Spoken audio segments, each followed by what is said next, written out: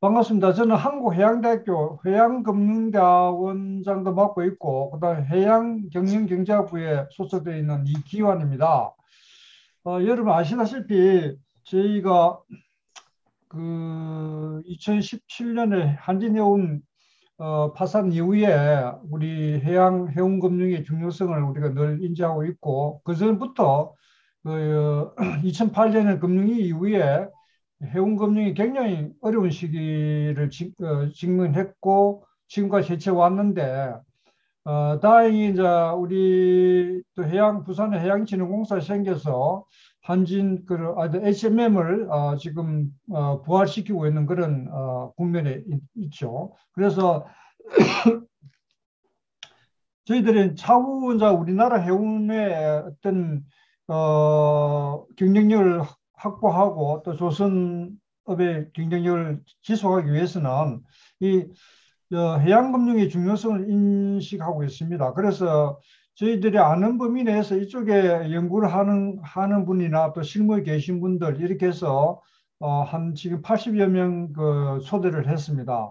그래서 앞으로 정기적으로 가능하면은 한 달에 한 번 정도는 적어도 저희들이 주요 이슈를 들고, 아니면 또 학교에 계시는 분들은 연구 결과를 또 같이 발표해도 되지 않겠나 생각해 봅니다. 그래서 오늘 첫 번째 저희들은 이제 그런 취지로 이 해양금융 포럼이라는 것을 일단 한 얽어매 봤습니다. 아직까지 정식으로 뭐 이걸 어, 공식적으로 누가 뭐 책임진다 이런 건 없고, 어, 제가 좀 이 주변에 사람을 제 제자들도 있고 그래서 뭐 하다 보니까 제가 이렇게 카톡 단톡방을 열었습니다. 그래서 그런 부분을 좀 이해해 주시고 언제든지 또 이 해양금융에 관심 있는 분들은 같이 이렇게 활동을 해도 좋겠다는 생각이 듭니다. 지금 제 생각에 또 뭐 그 해외에 있는 분도 지금 들어와 있는 것 같네요. 우리가 지금 총 86명을 내가 우리 여기 다들 초청돼 있는데, 한때 많을 때 43명이 지금 접수를 했습니다. 그리고 50% 접속률, 굉장히 높은 접속률인데, 제가 한번 쭉 이게 화면을 보면서 몇 분을 소개를 올리도록 하겠습니다. 위에서 제가 보이는 대로 말씀드리겠습니다. 지금 해양대 임삼석 교수 들어온데 얼굴을 가리고 있고, 그 다음에 부산은행의 안병철 부장님, 캠코의 김우석 팀장님, 해운협회의 이철중, 우리 최정웅 부회장님, 제가 지광수 선생님은 잘 모르겠네요. 지금, 그렇고요. 그 다음 이재명 교수님, 저 싱가포르에 마리나 체인 싱가포르의 이정희 선생님 들어오시고, 또 우리 부산국제금융회 심삼봉 선생님, 실장님, 우리 최병호 선생님도 제가 연결이 잘 안 되겠네요. 그리고 조대학의 우리 조인성 박사님, 우리 광장의 정우영 변호사님, 황성표 대표님 얼굴을 가려놨노? 우리 또 부산국제금융진흥원의 김종호 원장님도 들어오셨습니다. 또, 마리나 첸 싱가포르의 하성엽 선생님 들어오셨고, 양희권 씨도 들어오시고, 우리 또 KDB 계시다가 지금 은퇴하시고 지금 포천 전력에 계시는 이동혜 부사장님, 우리 회기해수원의 김경환 교수님, 우리 부산국제금융진흥원 박영호 실장님, 우리 해양금융대학원을 다니는 이명호 씨 들어오시고요. 그 다음 정진일 씨, 또 김경식 선생님, 조서빈이는 얼굴 가렸군요. 우리 KOBC 성낙주 본부장님, 조영광 선생님, 이승철 SK 전무님, 김수영님, 김다원님, 권기봉님, 또 수협의 윤민석 지점장님, 그 다음에 로이드 성급의 홍승표 본부장님, 우리 동명대학의 김영수 교수님, 그리고 저 주상욱 우리 지금 자산운용사 주상욱 대표님, 그리고 박덕큰 선생님, 우리 목포해양대학의 최정석 교수님, 강동길 선생님, 김형태 선생님, 김호진 선생님 이렇게 이 정도가 다 제가 속에 올린 것 같습니다. 그죠? 예. 바로 오늘 발표 주제를 맡으신 우리 강민태 교수님 꼭 모시겠습니다. 우리 강 교수님은 여러분 아시다시피 무역보험공사에서 오래 계시다가 또 임원 부사장까지 역임하시고 또 저희 대학의 초빙 교수를 지금도 계시죠. 계시는 중에 또 올 가을부터는 해양진흥공사 사회이사로 또 부임하게 되었습니다. 발표 주제는 선박금융의 토큰화 동향과 국내 도입 방안이 되겠습니다. 강병태 교수님 발표 시작해 주시면 감사하겠습니다.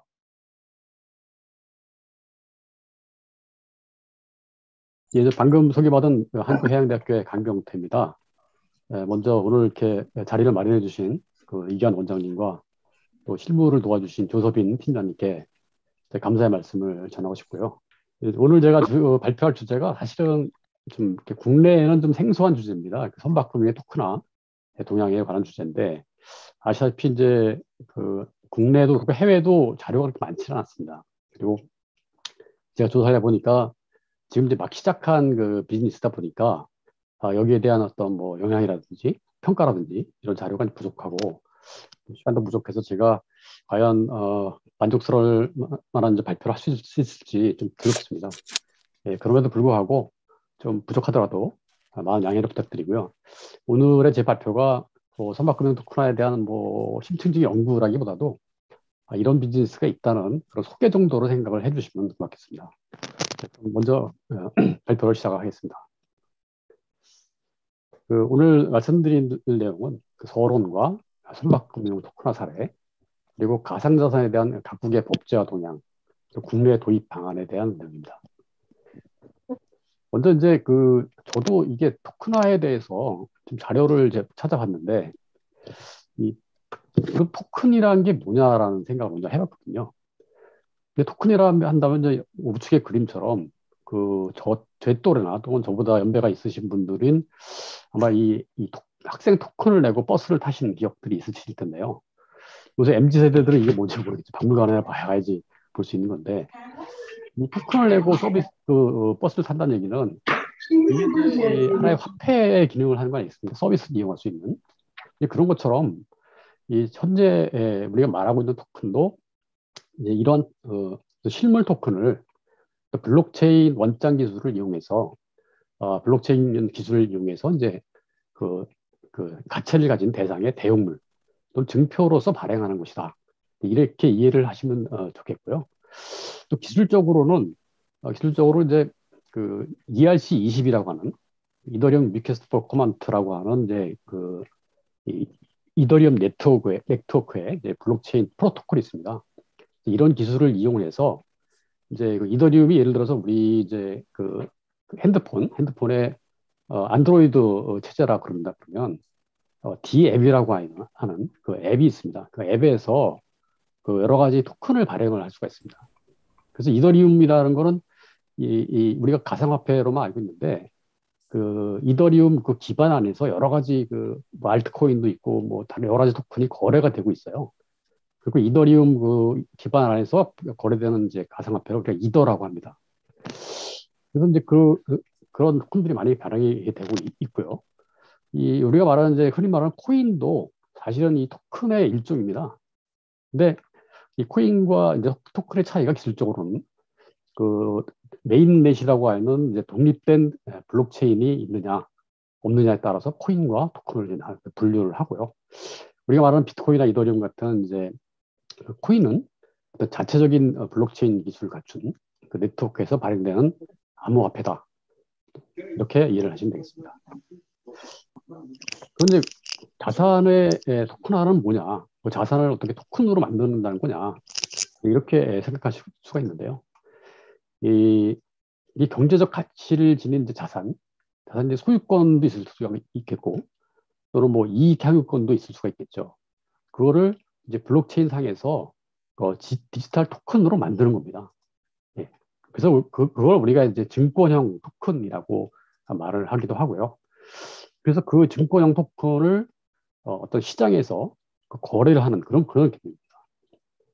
그래서 너무 비싸거나 뭐 권리가격의 주장이 뭐 어렵거나 뭐 수익화되지 않는 것들, 특히 이제 뭐 지적재산권이나 미술품, 부동산 뭐 이런 것들을 그 여러 명이 분산해서 그 디지털 원장, 그러니까 블록체인이죠. 거기 기록해서 또 수익이나 배당 모델을 만들어서 공동으로 소유할 수 있는 그런 것을 우리가 자산의 토큰화라고 한다. 이렇게 이해를 하시면 되겠습니다. 그럼 자산의 토큰화를 왜 하는 거냐? 먼저 만약에 이제 이것을 증권이나 채권 또 수익증권형으로 개발한다 그러면 이거에 관련된 여러 가지 복잡한 서류 작업이 있습니다. 그리고 또 직접 또 사인도 해야 되고 뭐 인감 증명도 띄워야 되고 그런데 이것을 블록체인화 하면은 그 디지털 저장소에 누가 소유권을 가지고 있고 또 어떤 계약이 있는지가 나타나기 때문에 굉장히 속도감 있게 이것을 이제 유동화시킬 수 있다는 거죠. 두 번째는 이걸 이제 비트코인처럼 뭐 한 단위가 아니고 0.1단위, 0.001단위 이렇게 구분해서 소유를 할 수 있기 때문에 굉장히 그 투자자의 진입 장벽을 낮추고 또 비유동 자산의 전 세계적인 거래가 가능하다. 그리고 모든 거래와 소유권 증명이 이제 명확히 블록체인에 기록이 되어 있기 때문에 투명성이 확보가 돼 있고 또 금융기관의 뭐 중개자 기능이 없기 때문에 브로커 같은 거래 비용이 감소가 된다는 장점이 있습니다. 최근에 뭐 미국의 그 아스펜 리조트 같은 부동산 토큰화된 사례가 있고요. 또 우리가 잘 알고 있는 그 예술품에 대해서도 토큰화된 사례가 있습니다. 그러면 이제 이 가상자산이라고 하는, 이건 토큰이나 뭐 코인이나 단지 가상자산인데요. 눈에 보이지 않는. 여기에 대해서 이제 그 여러 나라별로 좀 그 정의를 내리고 있는 게 좀 다릅니다. 우리나라 같은 경우에는 그 특정 금융거래 정보의 보고 및 이용 등에 관한 법률, 작년에 제정된 건데, 특정금융정보법이라고 하죠. 여기에 이제 가상자산이란 그 경제적 가치를 지닌 것으로서 전자적으로 거래 또는 이전될 수 있는 전자적 증표다. 이렇게 이제 정의하고 있거든요. 근데 이게 좀 애매한 게 그럼 경제적 가치를 지니고 전자적으로 거래할 수 있으면 다 가상자산이냐? 이 가상자산에는 뭐 블록체인, 여기 그 비트코인 같은 거래적 용도로 가지고 있는 토큰도 있을 수가 있고, 또 우리가 오늘 말하려고 하는 시큐리티 토큰, 그러니까 이제 증권화된 토큰도 있을 수가 있고, 그런 어떤 용도의 어떤 구분이 이제 없다는 측면에서 약간 이제 두루뭉술한 표현이다 이렇게 말씀드릴 수가 있겠고요. 또 국제 자금 세탁 방지 기구에서는 그 지급 또는 투자 목적을 위해 전자적으로 거래 이전 또는 이용될 수 있는 모든 전자적 표시를 이제 가상자산이라고 보고 있고요.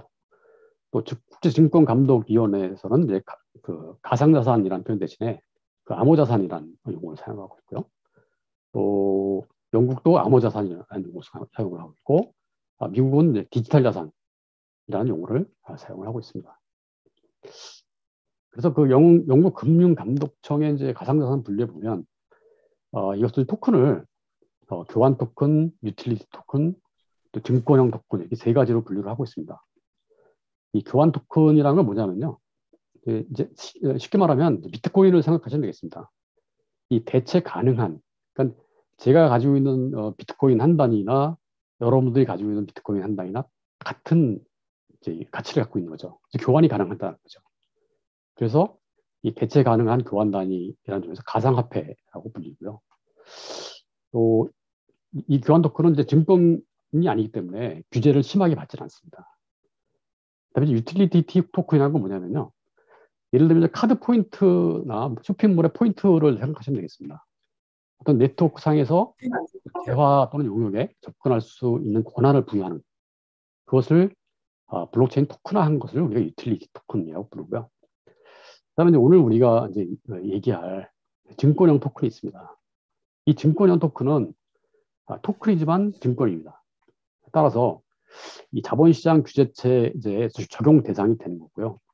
어떤 그 투자에 관련된 모든 권리와 의무를 수반하게 되어 있습니다. 그리고 일반적인 증권 토큰은 증권법상의 주식 또는 채권에 해당되거나 그 투자 계약의 요건을 충족하는 가상 자산이기 때문에 이제 각 국별로 이 증권형 토큰에 대해서는 굉장히 그 규제를 지금 하고 있거나 강화하는 거죠. 요새 이제 여러분들 많이 언론이나 또 방송에서 많이 들으셨죠. NFT라는 게 있습니다. 이게 이제 non-fungible 토큰이라고 하는데요. 이 펀저블 토큰, 교환 가능 토큰은 이제 비트코인처럼 같은 등가의 가치를 가진 건데, 이 NFT라는 것은 대체 불가입니다. 그러니까 이 토큰별로 고유값 그리고 희소성이 있기 때문에 교환이 안 됩니다. 예를 들어서 제가 입고 있는 이제 나이키 티셔츠하고 또 여러분들이 입고 있는 나이키 티셔츠는 펀저블이죠. 교환이 가능하죠. 근데 만약에 제 티셔츠에 BTS가 사인했다. 그럼 이거 제가 입고 있는 티셔츠하고 여러분들의 입고 있는 티셔츠하고 교환 저는 안 하죠. 그런 걸 우리가 이제 대체 불가 토큰이다라고 이제 얘기를 한답니다. 그래서 그런 NFT는 이 소유권과 거래 내역을 블록체인에 저장을 하고 또 그러고 있기 때문에 이제 어떤 누가 소유를 하고 있는지 투명하게 확인을 할 수가 있고요. 또 거래 내역을 또 추적을 할 수가 있습니다. 그래서 이런 NFT를 활용해서 거래를 하는 것 중에 대표적인 케이스가 최근에 이제 언론에 보도된 비플이라고 하는 이제 예명을 쓰고 있는 이제 예술 작가죠. 예술 작가가 만든 디지털 아트 Everydays라고 하는 The First 5,000 Days라고 하는 이제 이 예술 작품이죠. 이게 이제 자기가 그동안에 이제 인터넷에 올렸던 JPG 파일들을 다 이렇게 묶어서 이제 만든 작품인데, 사실 제가 보기에도 뭐 별 예술적 가치는 없을 것 같은데 이게 NFT를 만들어가지고 무려 6,930만 달러에 팔렸다는 거죠. 그다음에 우리나라 이제 카카오의 자회사인 이제 스페이스 X라고 하는 회사에서 만든 크래프트 스페이스라는 이제 웹이 있는데, 여기에 들어가면 자기가 create NFT, 자기가 NFT를 만들 수가 있습니다. 자기가 그린 그림이나 뭐 찍은 사진 이런 것들을 NFT로 만들어서 이렇게 거래를 하는 거죠, 파는 거죠. 그럼 이 NFT를 산 사람들은 또 제3자에게 또 팔 수가 있고요. 그래서 굉장히 새로운 신세계처럼 이렇게 들리는 그런 토큰을 우리가 NFT라고 얘기합니다. 대표적인 것들이 NFT로 거래되고 있는 것들이 이제 이렇게, 이건 이제 크립토 펑크라고 하는데요. 뭐 저도 잘 모르겠습니다만 뭐 이런 작은 이제 디지털 작품들을 헤어스타일이나 뭐 이런 액세서리 이런 것들을 바꿔가면서 새로운 그림을 만듭니다. 근데 이게 하나에 420만 불, 또 뭐 330만 불 이렇게 팔리고 있답니다. 그리고 이건 이제 버버리가 직접 자기네들의 상표를 캐릭터에서 만든 NFT, 샤키라는 그런 이제 앙증맞은 상어 캐릭터고요. 또 이거는 밈 트레이딩이라고 해가지고 이런 이쁜 그림들을 NFT를 만들어서 직접 거래를 하고 있습니다. 그리고 음악도 이제 NFT를 만들어서 이제 거래가 되고 있는데요. 이거는 이제 하나의 원곡을 마스터 트랙을 NFT를 만들어서 9개 스템으로 나눕니다. 그럼 각 스템을 다시 또 9개 스템으로 나눠서 총 81개의 이제 하나의 음악을 81개의 요소로 분류를 하는 거죠. 분산시켜서 이걸 다시 재조합해서 새로운 음악을 만드는 겁니다. 예를 들면 이제 이런 겁니다.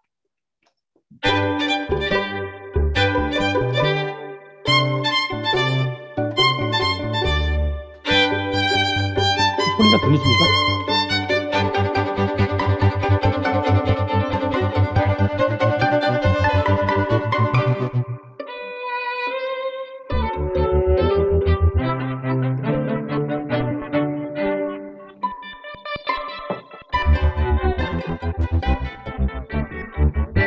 Hi, my name is Francisco Supin and I'm the founder of Mozart Beats. We are very excited to be launching soon our first NFT on Acing Art. Stay tuned for more. 예, 이런 식으로 이제 음악도 이제 NFT로 조직해서 새로운 음악을 이제 창조하는 거죠, 재창조를. 예. 또 가장 이제 활발하게 사용된 분야가 바로 이제 게임 분야죠. 최근에 이제 주식시장에서 어떤 게임 회사가 NFT 게임을 개발했다고 막 상종 상한가를 치고 그런 현상이 벌어졌었는데, 이 대표적인 회사가 이제 위메이드라는 이제 게임 회사랍니다. 여기서 개발한 그 미르포 NFT라고 하는 이제 게임에서 사용자들이 게임 캐릭터를 직접 육성하고 또 획득한 아이템을 서로 이제 팔 수 있는 거죠. 팔 수 있는데 이게 국내 법상으로 이제 금지가 돼 있답니다. 이거를 그 위메이드에서 만든 위믹스라고 하는 이제 암호화폐를 이용해서 이제 국내외 암호화폐 거래소에서 구매를 이렇게 교환을 하는 거죠. 이렇게 다방면에서 지금 NFT가 지금 산업화되고 있는 추세입니다. 그럼 우리가 지금 오늘 얘기하려고 하는 그 증권형 토큰, 그러니까 선박금융 토큰화도 결국은 증권형 토큰인데, 그럼 그 증권형 토큰의 개념은 뭐냐? 이걸 시큐리티 토큰이라고 하고요. 시큐리티 토큰을 이제 상장시키는 거를 시큐리티 토큰 오퍼링, STO라고 하는데요. 이건 뭐냐면 이제 주식이나 채권, 부동산 이런 것들을 토큰화해서 주식처럼 판매하는 겁니다. 그러니까 이제 거기에는 뭐 소유권도 있을 수가 있고요. 또 지분증권도 있을 수가 있고, 이자나 배당금에 대한 수익 권리 이런 것들을 이제 증권화해서 디지털 거래소에서 거래를 하는 거죠. 그래서 이제 이 토큰 발행사 입장에서는 굉장히 유동화가 쉽다는 그런 장점이 있습니다. 이 왼쪽에 있는 화면은요, 그 미국의 디지쉐어라고 하는 그 이제 실물 자산을 유동화하는 플랫폼입니다. 토큰화하는. 여기서는 지금 이제 부동산에 대해서 하고 있는데, 어떤 부동산이라도 가지고 오면 자기네들이 이제 토큰화 해주겠다. 그렇게 이제 지금 선전을 하고 있습니다. 이 영상을 보시면 이 실물 자산의 토큰화라는 게 뭔지 좀 감이 오실 거거든요. 잠깐 보시겠습니다. The real estate industry is plagued with paper-based, time-consuming, antiquated processes. Only 7% of global real estate is available to investors, whereas 80% want to invest. Real estate is extremely illiquid, and investors are usually stuck with their investments for many years. DigiShares solves these problems with our blockchain-based tokenization platform. We help real estate developers and asset managers digitize and automate their processes. They can reach new types of investors and allow their investors to trade. Our platform gives any asset manager or real estate developer full control over financing and management, both for asset sales and new development projects. Real estate-backed tokens can be issued, sold to investors, or traded on the platform. This extreme degree of automation provides high efficiency and low cost. DigiShares allows asset managers to fractionalize, giving smaller investors access to real estate. The result is democratization and equal opportunity access to wealth, both key visions behind blockchain technology. Tokens issued from the DigiShares platform are usable within the entire blockchain ecosystem. They can be traded on exchanges, stored safely with trusted custodians, or used as long-term collateral for DeFi lending. Best of all, DigiShares platform doesn't force real estate investors to use crypto to invest and trade. We provide on-ramp systems where investors can deposit and withdraw dollars and other currencies. While the platform uses blockchain to automate transactions, we don't impose it on our users. Contact DigiShares if you want to get full control, reduce administrative cost, and offer many new functions to your investors. 예, 이제 이거 한번 보시면 이제 이 자산 증권을 토큰화한다는 것이 무엇인지 대충 이제 감이 오셨을 겁니다. 그럼 이제 이 선박금융을 이렇게 토큰화하는 그런 비즈니스가 이제 뭐가 있느냐에 대해서 말씀을 드리겠습니다. 이제 제일 먼저 이제 선박금융을 토큰화한 회사가 쉽오너.io라는 회사입니다. 이게 이제 2018년도 2월달에 보도된 자료인데요. 여기 보시면 이제 블록체인 arrives for ship finance라고 하는 제목으로 이제 보도가 됐습니다. 굉장히 그때 당시로는 좀 생소하고 굉장히 좀 센세이셔널한 그런 보도 자료였는데요. 이때 이제 이 15호가 발표한 자료를 보면 이더리움 기반의 이제 블록체인 선박 투자 거래 플랫폼을 론칭을 했다. 그래서 이더리움 기반의 쉽이라고 이게 토큰의 이름입니다. 쉽 오너라고 하는 회사에서 만든 이제 토큰의 이름이 쉽입니다. 이것을 15억 개를 발행을 해서 개당 1.45불에 투자자들한테 판매할 예정이다. 그럼 이 쉽을 가지고 뭘 살 수 있느냐? 이 플랫폼 내에서 선박 자산과 서비스를 구현할 수 있다는 거죠. 그래서 메리타임 에셋에 대한 투자를 유도하겠다. 그리고 선박금융에 대한 대주기 접근이 가능하게 하겠다. 그동안 이제 대형 투자 기관만 이제 할 수 있었는데 이것을 이제 이 일반 대중들에게도 쉽게 할 수 있도록 하겠다는 거죠. 그리고 이 플랫폼을 통해서 이 선박 투자 자산의 유동성이라든지 투명성 그리고 저비용 또 보다 블록체인을 통한 안전한 거래를 보장받을 수 있다. 이렇게 이제 홍보를 하고 있습니다.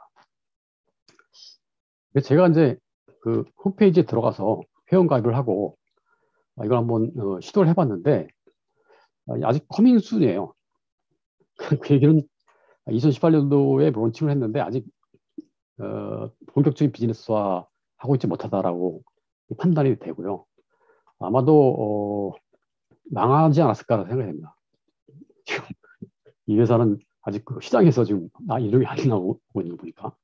여하튼 이 회사 이제 홈페이지에 보면 이 ICO를 통해서 이 1이더리움, 1이더가 지금 현재 가격이 한 540만 원 정도 합니다. 이걸로 이제 이 쉽이란 토큰을 500개 살 수 있다. 이제 그런 내용이고요.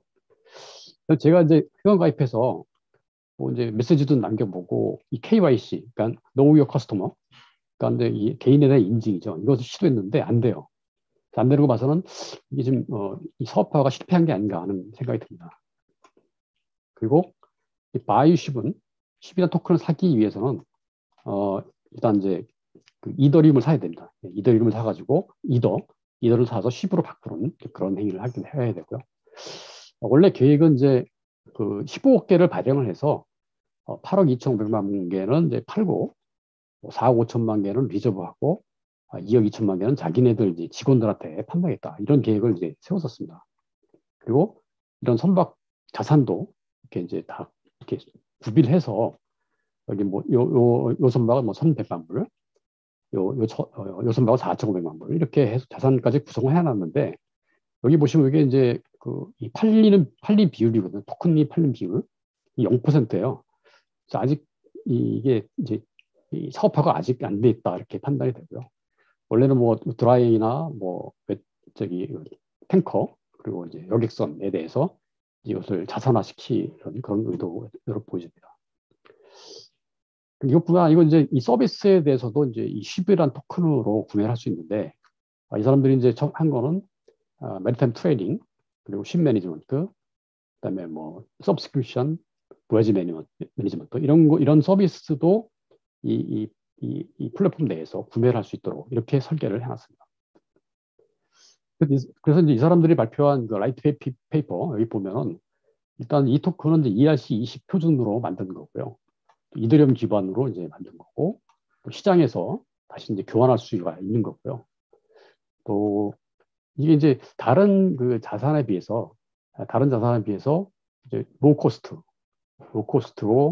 그다음에 뭐 아주 커스터마이즈된 그런 서비스를 제공할 수 있다. 그리고 자기네들이 테크니컬 매니저라든지 커머셜 매니저, 그다음에 뭐 이 선박 건조 분야, 조선소 이런 데에서 근무한 아주 퍼스널들을 이제 데리고 있다. 이런 내용들은 홍보를 하고 있습니다. 그래서 원래는 이 사람들 계획으로는 2018년도 EQ에 마리타임 마켓에 오픈해가지고 2025년도 1Q에 전체 마리타임 시장의 5%를 점유하겠다라는 이제 목표를 세웠었는데 결국 이제 중간에 실패를 한 것 같습니다. 그다음에 이제 인피니티 마리타임이라고 하는 이제 그 선박 자산의 토큰 회사입니다. 이 회사는 지금 아직 영업을 이제 하고 있고요. 이 회사의 이제 캐치프레이즈는 뭐냐면요. 해양 부문에서 이 선박이죠. 선박에 기반한 메타 유닛. 이 메타 유닛이라고 하는 거는 인피니티 메리타임이 직접 만든 토큰의 이름입니다. 메타 유닛. 그래서 메타 유닛은 선박 투자 포트폴리오 지분을 표시를 하는 거고요. 그것 역시 거래 플랫폼 통해서 유통이 됩니다. 그래서 이 메타 유닛의 의미는 뭐냐면 이 선박 같은 비유동성 자산 이것을 분할하고 디지털화를 해서 어떤 대규모 자산 투자 기회에 대한 폭넓은 접근 그리고 투자자에게 더 많은 엑시트의 기회를 제공하겠다. 그런 내용으로 하고 있고요. 이게 이제 인피니티 마리타임이라고 이게 자기네 로고인데 인피니티라는 게 무한대라는 거 아니겠습니까? 그러니까 무한대라는 건 뭐냐면 무한대로 거래가 가능하도록 하는 이제 플랫폼이라는 얘기입니다. 그러니까 24시간 일주일 내내 이렇게 거래를 할 수가 있다는 거고요. 여기 이를 통해서 이제 이 선박 자산을 디지털라이제이션하고 또 이제 최초의 선박 자산에 투자한 사람들이 이것을 디지털라이즈 해가지고 제3자한테 매각을 하고 엑시트를 할 수 있다는 겁니다. 최초 투자자들이. 그리고 이를 세컨더리 마켓을 통해서 더 많은 투자자를 모집을 해서 이 선박 금융 자산을 이제 유통을 시키겠다는 얘기죠. 그래서 이걸 통해서 이제 뭘 할 수 있냐면 이 선박 지금 이제 우리가 해운회사들이 선박을 살려면 뭐 자담도 넣어야 되고 또 후순위 투자도 거의 구해야 되고 애로사항들이 많은데 이런 투자를 이런 플랫폼을 통해서 조달할 수가 있다는 거죠. 또 두 번째는 이걸 통해서 더 많은 리턴을 구할 수가 있고요. 또 이 오너십에 대해서 리스크를 해지할 수 있다. 그리고 좀 더 많은 엑시트를 제공한다. 이런 이제 목표를 가지고 사업을 하고 있습니다. 그래서 24일 글로벌리 24시간 일주일 내내 거래가 가능하다는 얘기고요. 여기 보시면 인피니티 마리타임의 이제 비즈니스 모델은 뭐냐면요. 이 포트폴리오 어셋 보드, 이게 굉장히 중요한 겁니다. 포트폴리오 어셋 보드 위원회에서 뭐 드라이버크 포트폴리오, LNG 포트폴리오, 컨테이너 이런 거를 포트폴리오를 구성을 해가지고 이것을 이제 이 디지털라이제이션 해가지고 파는데 이걸 메타 유닛으로 살 수가 있다는 겁니다. 1 메타 유닛을 살려면 뭐 얼마 이렇게 나오겠죠. 그리고 이 포트폴리오의 가치가 몇 메타냐 이렇게 나오겠죠. 그래서 이런 독립적인 PAB 즉 포트폴리오 어셋 보드가 굉장히 이런 많은 이제 책임을 지고 있는데 어떤 책임을 지고 있냐면요. 이 커머셜 매니지먼트죠. 커머셜 매니지먼트가 또 어떤 용선주에게 어떤 선박을 구입해서 어떤 용선을 주는지 또 테크니컬 매니저가 그 선대를 제대로 운영하고 있는지 또 어떤 십 매니지먼트 컴퍼니의 거버넌스를 관리한다든지 또 이런 법적 규제들 또 금융 규제들을 제대로 지키고 있는지 이런 것들을 감독하는 그런 위원회가 되겠습니다. 그래서 이제 인피니티 마리타임의 어떤 유동성을 확보하기 위한 수단들인데요. 이것을 발크라고 하는 이제 플랫폼이 있습니다. 발크라고 하는 플랫폼은 이게 이제 엔드-투-엔드 디지털 트랜잭션 플랫폼이죠. 그러니까 디지털 자산을 거래할 수 있게 하는 플랫폼입니다. 그리고 이 AI를 이용하고 스마트 컨트랙트를 이용해서 이제 많은 투자자들이 그 디지털 자산을 거래할 수 있는 플랫폼인 겁니다.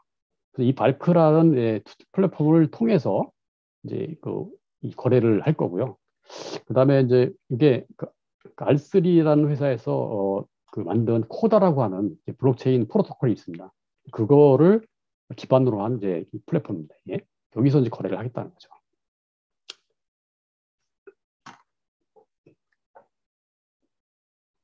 그래서 이 사람들의 스트래티지는 뭐냐면요. 일단 좀 최신형 선박을 구입을 하고 그 다음에 아주 싸게 구입을 하는데 퍼스트 클래스 차터를 구하고요. 퍼스트 클래스의 차터를 구해서 굉장히 경쟁력 있는 이제 용선료를 받고 또 롱텀으로 픽스트 된 용선료로 이제 차터링을 하겠다. 그래서 좀 더 많은 그리고 이제 모스트 에피션트 가장 효율적인 커머셜 또 테크니컬 매니지먼트를 통해서 이 선박 금융 자산의 어떤 수익성을 높이겠다. 그런 전략을 가지고 있습니다. 그래서 이게 이제 제가 사실은 이 자리에 홍순표 대표님이 계신지 모르겠는데 그 보스코퍼레이션의 홍순표 대표님하고 연초에 이 사람들하고 이제 화상 회의를 한 적이 있어요. 그래서 그때 이 사람들이 제시한 이제 실제 사례입니다. 이게 실제 사례인데 이게 이제 그 드라이버크 8척 이제 5살짜리인데요. 요거를 이제 이 포트폴리오로 구성을 해서 카길에 용선을 주고 5년짜리 용선을 주고 이제 이제 인컴을 받는 거죠. 용선료를 받고 또 오펙스 계산하면 에비타가 이제 매년 1,100만 불씩 나온답니다.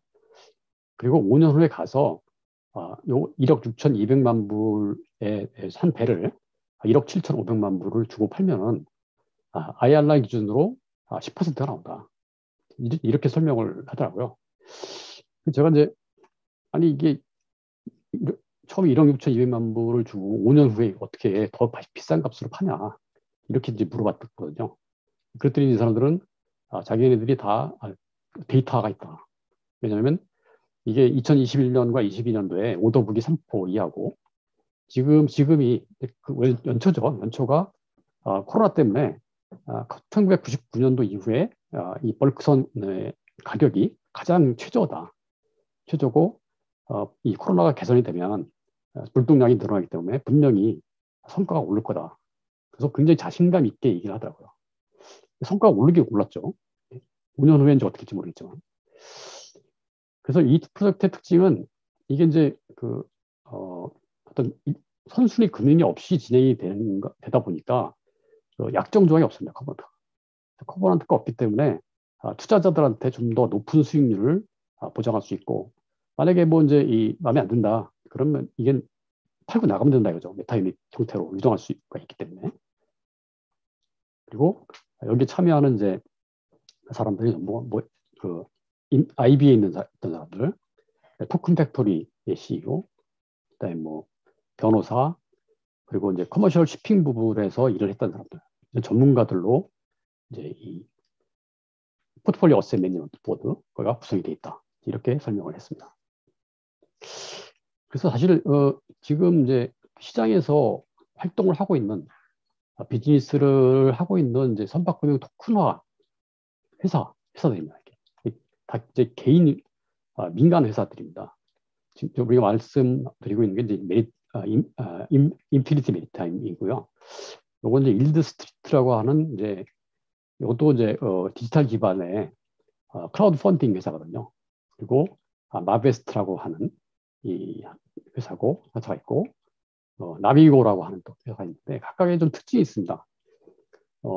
이 인피니티 메리타임은 아까 말씀드렸던 대로 어떤 선박에 대한 포트폴리오를 구성을 해서 메타유닛 형태로 이제 이 토큰화하겠다 이런 거고요. 일드 스트리트는 이 대출을 토큰화하는 거고, 그다음에 이 마베스트는 이제 이 해운회사가 직접 만든 이제 플랫폼인데 자기네들이 가진 플랫폼 선박 자산을 토큰화해서 팔겠다 이제 그런 거고요.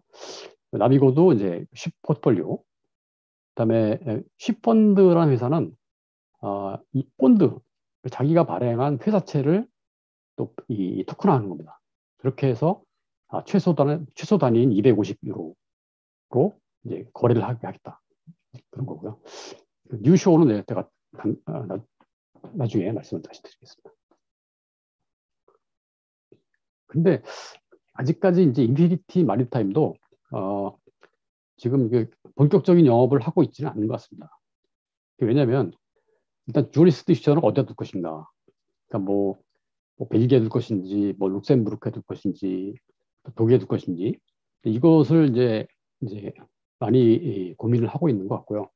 왜냐하면 이제 좀 더 규제가 덜 심한 나라에 이제 재판 관할권을 둬야 되니까. 또 이제 리갈 스트럭처도 역시 리갈 스트럭처를 어떻게 할 건지 그것도 역시 이제 고민을 하고 있는 것 같고요. 그다음에 이제 지금 여기 나온 걸로 봐서는 룩셈부르크의 이제 이 시큐리타이제이션 비클, 증권화 비클을 통해서 메타유닛을 이제 발행할 거다 이렇게 발표를 하고 있습니다. 세 번째 사례는요, 뉴쇼 인베스트라는 회사입니다. 이 회사는 여기 이제 보시다시피 KG 2.0을 표방을 하고 있습니다.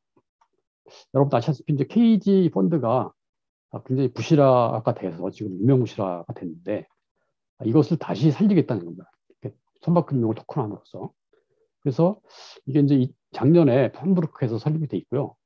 그다음에 여기 역시 디지털 선박금융 플랫폼을 통해서 지분 투자 기회를 제공하겠다는 건데 이제 이 망가진 독일 KG 펀드를 역시 모델을 하고 있습니다.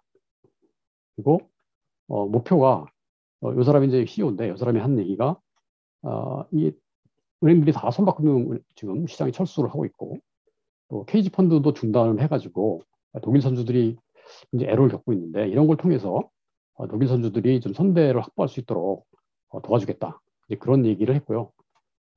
이 KG 펀드가 망가짐으로 인해 가지고 거의 독일의 국적 선봉량의 3분의 1이 감소했답니다. 그래서 이런 것을 다시 되살리겠다. 바로 지금 우리가 지금 논의하고 있는 뭡니까 한국형 선주 사업에도 참고를 할 만한 그런 내용이라고 보여집니다. 그래서 이제 이 뉴쇼 인베스트라는 회사는 이것 역시 이더리움 기반의 이제 블록체인 토큰을 발행을 해서 디지털 지갑에 이제 놓고 거래를 하는 거고요. 또 세컨더리 마켓에서 이제 거래를 할 수가 있고요. 이제 최근에 이제 선박금융이 이제 타이트해지다 보니까 대부분 LTV가 65% 이하로 제한입니다. 나머지 35%를 이걸 증권형으로 해서 증권형 시큐리티 토큰으로 발행을 하겠다는 겁니다. 그래서 최소 투자 금액은 1,000유로, 우리나라 돈은 한 120만 원 정도 되겠네요. 그래서 여기는 이미 작년 1분기에 첫 프로젝트를 개시를 해서 지금 이제 3개의 프로젝트가 지금 이미 구성돼 있고 또 자금 모집을 완료를 했습니다. 그래서 이것도 역시 이제 선박의 용선을 통해서 이제 프로핏을 창출을 하는 거고요.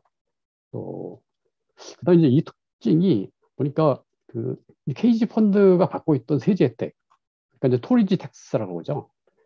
기존에 이제 자본이득세, 캐피탈 게인 텍스가 25%인데 반해서 요 토큰의 거래 차익에 대해서는 1%의 과세만 한답니다. 그러니까 투자자들로 봐서는 굉장히 메리트가 있는 상품이라고 생각이 됩니다. 그래서 굉장히 뉴쇼 인베스트에 저도 이제 회원가입을 했는데 굉장히 간단합니다. 굉장히 간단하게 이 가입을 할 수가 있고요. 그다음에 온라인 통해서 투자가 가능하고요. 또 롱텀 프로핏을 얻을 수가 있고요. 또 선주가 될 수 있다는 겁니다. 선주가. 지금 이제 이게 5번째 선박인데 4번째 선박까지 이미 다 끝났고 이것도 이제 모집이 완료가 됐습니다. 100%.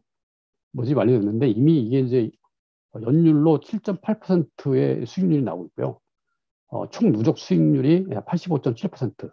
굉장히 높은 수익률을 보이고 있는 거죠. 그리고 1,000유로부터 이게 투자를 할 수가 있고 픽스 차터, 고정된 운임으로 차터를 해서 이런 높은 운임을 획득하고 있는 그런 상태가 있습니다.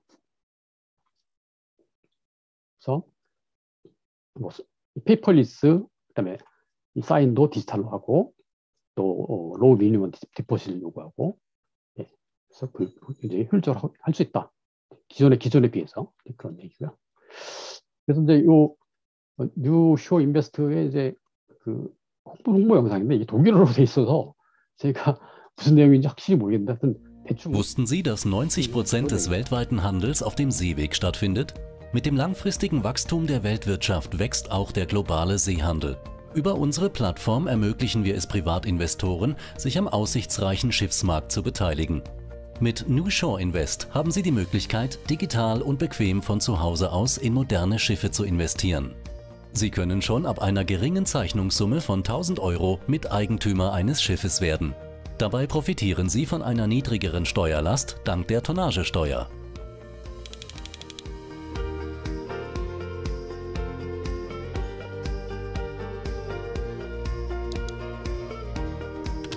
Registrieren Sie sich kostenlos und bestätigen Sie die von uns erhaltene E-Mail.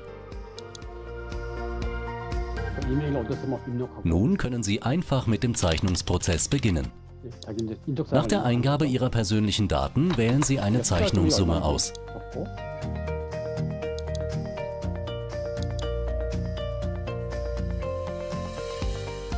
이제 계좌번호를 넣습니다.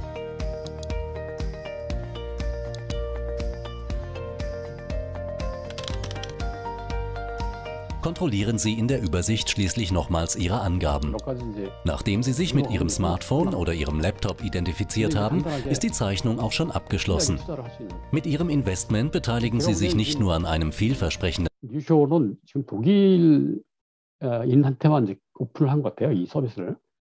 지금 이 홈페이지도 이제 독일어로 돼 있고요.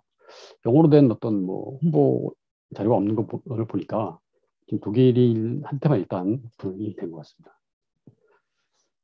그다음에 이제 우리 이런 증권형 토큰을 그럼 발행하는데 여기 대해서 각국의 규제 당국에서는 그 어떤 규제 조치 또는 법적 조치를 취하고 있느냐에 대한 얘기입니다.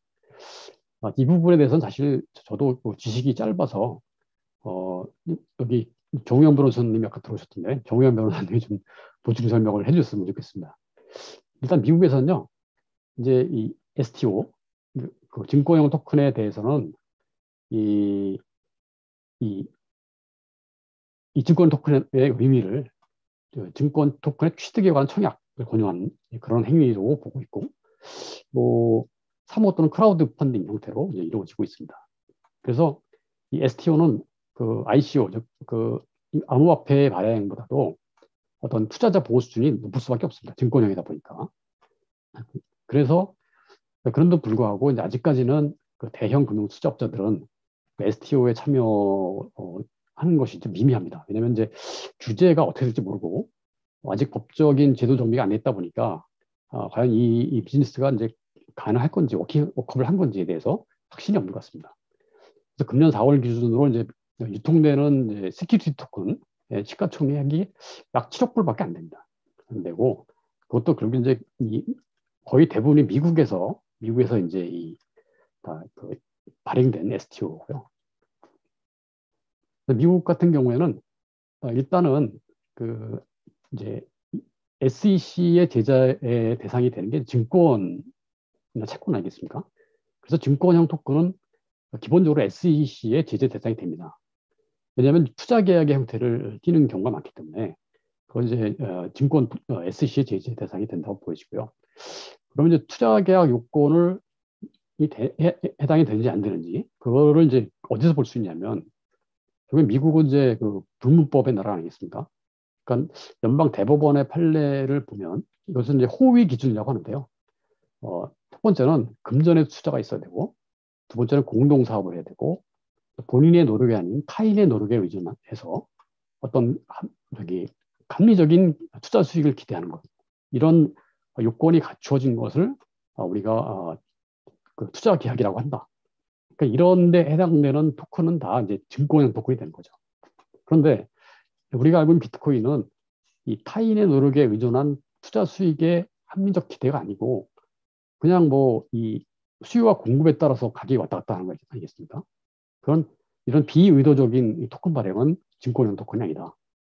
그 얘기 뭐냐면 의도적으로 발행된 거는 발행인이 주체가 확실한 거, 그런 거는 증권 토큰으로 본다는 겁니다. 그래서 뭐 주식이나 채권, 수익증권 이런 것들을 토큰한 거, 이런 것을 우리가 증권 토큰이라고 이제 간주를 이제 한다, 이렇게 규정이 되어 있고요. 그다음에 그 증권 토큰에 대해서는 NFT 이런 것들이 발행되는 ERC20 프로토콜이 아니고 ERC 1400이라고 하는 KYC, Know Your Customer, 그러니까 개인의 어떤 그 인증을 받고 또 엔티머니 론더링, 또 자금 세탁을 방지하는 기능이 있는 그런 프로토콜을 해야 되고요. 그다음에 이제 증권 신고서를 원래 제출해야 되는데 뭐 여러 가지 이제 그 빠져나간 부분이 있습니다. 그래서 이거를 뭐 3호 조항이나 뭐 이런 것들을 이용해서 발행 공시 의무를 면제받고 투자자들 상대로 발행 및 유통이 되고 있고요. 그다음에 이제 이런 그 면제 조항을 받으려면 이 증권 신고서 제출 면제를 받으려면 일단 스마트 계약을 자동 검증해서 과연 이것이 호의 기준에 해당되느냐 안 되느냐 이걸 따지는 게 있다는 얘기입니다. 그리고 이 증권 토큰 거래는 이 화이트리스트에 등록된 고객. 우리나라도 지금 이제 그렇게 하고 있지 않습니까? 암호화폐 거래하려면 자기 은행에 계좌를 등록해서 그 계좌를 확인을 받아야 되거든요. 그래서 검증된 투자자만이 플랫폼에서 거래가 가능합니다. 이유는 아직까지 그 증권형 토큰에 대해서 어떻게 하겠다라고 확정적으로 발표한 게 없습니다. 아직까지. 그리고 이것을 이제 어떤 그 제2차 금융상품 지침 이런 거를 이런 거에 이제 그 규제를 받도록 돼 있고요. 불공정 거래에 대해서는 마켓 어뷰스 레귤레이션에서 적용받도록 돼 있습니다. 근데 이유는 미국에 비해서 굉장히 좀 가상자산에 대한 규제가 좀 덜 심합니다. 그래서 아까 같은 유쇼 같은 이 파일럿 프로그램이 지금 현재 가동이 되고 있고요. 그렇지만 이제 이 EU 회원국이 각자 국가별로 이제 어떤 자산이 이제 이 금융투자 상품성이 있는지에 대해서 각자 판단하라 이런 입장이고요. 근데 앞으로는 EU도 역시 그 미국의 호의 기준을 어느 정도 받아들이지 않겠느냐. 그래서 미국의 호의 기준에 따라서 이게 증권형 토큰인지 뭐 거래형 토큰인지 또 유틸리티 토큰인지 이것을 구분을 할 전망이다라는 얘기입니다. 일본은 우리나라에 비해서 굉장히 앞서가고 있습니다.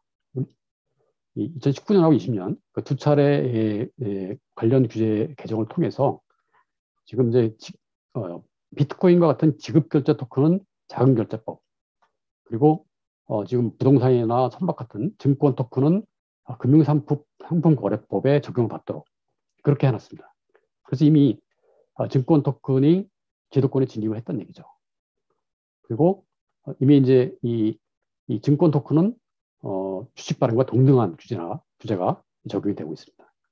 그래서 증권 토큰을 취급할 수 있는 자격은 증권회사나 이제 선물업자가 유가증권 신고서를 제출하고 투자 설명서를 교부할 의무를 지고 있습니다. 그래서 이미 이제 뭐 우리 그 손정희 회장님이 소프트뱅크의 이제 자회사 SBI 홀딩스라는 회사가 자기 자회사의 주식을 이제 토큰화해서 발행을 했고요. 이제 미쓰이 스미토모 신탁은행이 수익증권 발행 신탁 이걸 또 토큰화했고, 또 SBI 증권 같은 경우에는 그 아이벳 플랫폼을 통해서 발행한 회사채를 또 토큰화했습니다. 그래서 이미 증권 토큰이 지금 제도권 안에서 돌아가고 있습니다. 그리고 일본에서 설립된 STO 협회라는 게 있습니다. STO 협회에서는 오사카 디지털 거래소를 설립을 해서 2023년도부터 이 증권 토큰을 거래를 하겠다. 그런 계획을 발표를 했습니다. 그래서 이게 이제 이 일본의 아이벳라고 하는 이제 이 가상자산 거래 네트워크입니다. 예를 들어서 자금 조달 기업이 증권을 발행하고 하면 발행 대리인이 이제 증권회사가 증권 토큰을 생성을 합니다. 그러면 이 증권 토큰을 또 투자자가 또 증권회사를 통해서 뭐 사고 파는 거래를 한다는 거죠. 이것을 다 그 블록체인화해서 스마트 스마트 계약서에 이제 기록을 한다는 겁니다. 여기서 SMBC가 이제 오사카 디지털 거래소를 설립하겠다고 한 그 계획을 발표한 자리입니다. 자, 근데 우리나라의 경우에는 아직까지 이런 토큰 또는 코인에 대해서 어떻게 하겠다고 발표한 내용은 아직까지는 없습니다. 그냥 그 특정금융거래정보법률, 특정금융정보법에 의해서 이 가상자산을 전자적으로 거래했던 인증될 수 있는 전자적 증표 이렇게 정의만 해놓고 범죄 행위를 예방하는데 또 사기 행위를 예방하는 데만 집중이 돼 있다고 보여집니다. 그리고 금년 12월 현재 이제 그 총 6개의 가상자산 관련 법안이 국회에 발의 중입니다. 제가 이제 국회 사이트에 들어가서 딱 봤는데요.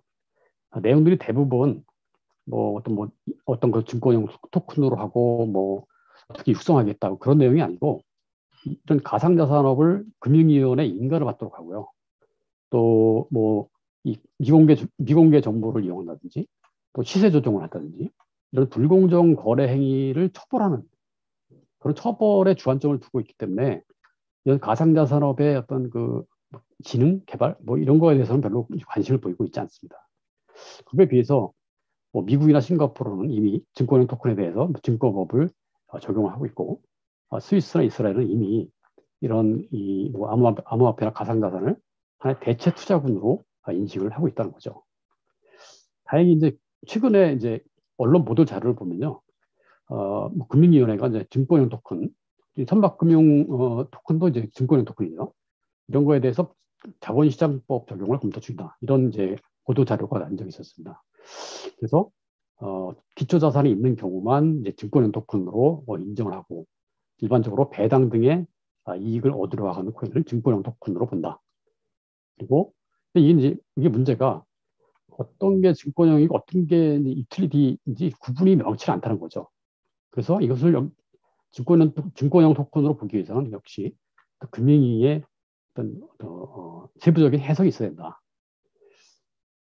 이제 최근에 이제 우리나라에서 증권형 토큰이 이제 규제 샌드박스에 적용을 받아가지고 지금 영업 중에 있는 이 토큰화 비즈니스가 있는데 이건 이제 부동산 수익 증권이라고 해가지고요. 디지털 어셋 백트 시큐리티 DApps라고 하죠. ABS를 디지털화하는 거죠. 이게 이제 현재 영업 중에 있습니다. 대표적인 게 부동산 건물에 대한 그 임차료를 기반으로 이제 토큰화한 카사코리아라고 하는 회사, 또 루센트블록, 대전의 애트리 사내벤처 회사죠. 또 세종텔레콤, 엘리시아 이런 회사들이 이제 영업을 하고 있는데 아직까지 규제 샌드박스이기 때문에 뭐 증권 신고서를 내고 그런 절차 없이 지금 영업을 하고 있습니다. 이게 이제 카사의 이제 홈페이지인데요. 3호까지 이미 다 팔렸고요. 4호 빌딩이 이제 공개가 된답니다. 주로 강남이나 강북의 오피스 건물을 대상으로 디지털 토큰화를 하고 있습니다. 자, 이제 마지막 얘기가 되겠는데요.